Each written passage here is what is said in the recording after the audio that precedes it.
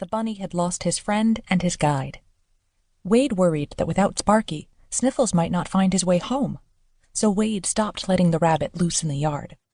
He began bringing him inside the house instead.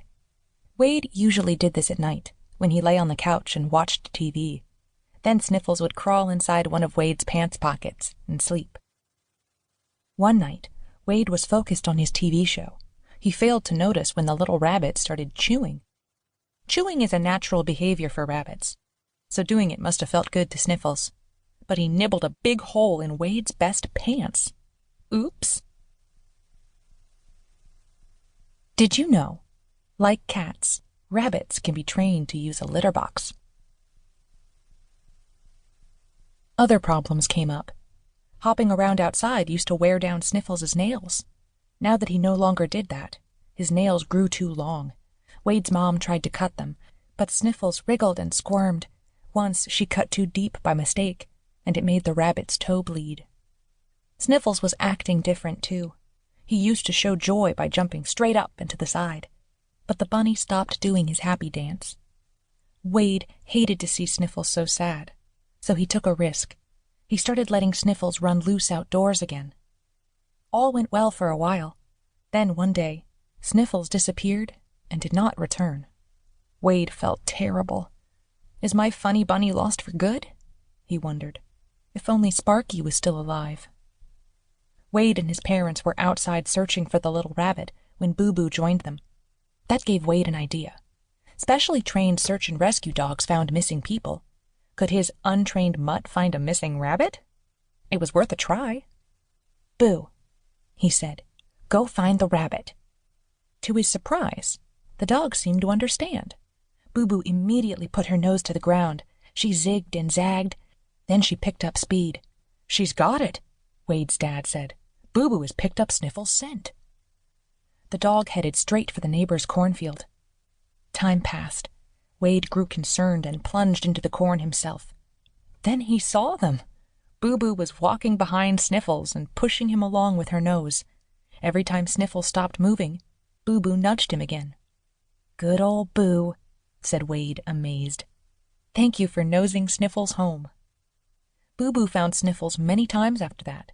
Once, the rabbit was lost for so long that everyone had given up hope. Everyone but Boo, that is. On day 4, a neighbor called. Boo Boo had found Sniffles inside the neighbor's garage. Wade rushed right over and got both pets. Thanks to his animal friends, Sniffles enjoyed a long and happy life. He lived for 9 years. That is old for a bunny, especially a misbehaving bunny with a lousy sense of direction. Chapter 2. Babbity Breaks Out.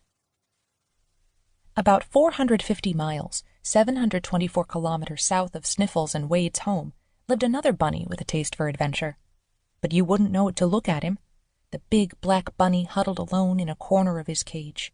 His busy owners fed him every day. They cleaned his cage and kept his water bottle full. But that was all. The sad-looking bunny had no toys and no rabbit friends.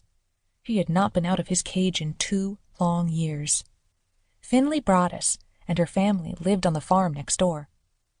It was an old McDonald type of farm called Tranquility Post in Warrenton, Virginia, USA, and on this farm they had 3 horses, 3 Nigerian dwarf goats, 25 chickens, 2 cats, and 1 dog. Finley's family kept enough different kinds of pets to sing 5 verses of Finley Broaddus had a farm, E-I-E-I-O.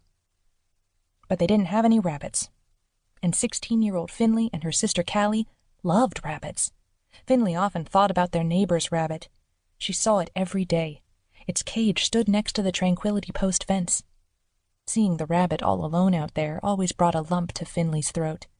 Poor bunny, she thought. You lead such a lonely life. Nobody pays any attention to you. Did you know? Rabbits whose ears hang down the sides of their head are called lop-eared. Finley knew her neighbors well. She sometimes babysat for their 3 youngest boys. So one day, she gathered her courage. I like your rabbit, she said. May I have him? Yes, said her neighbors. They were happy to find him a good home.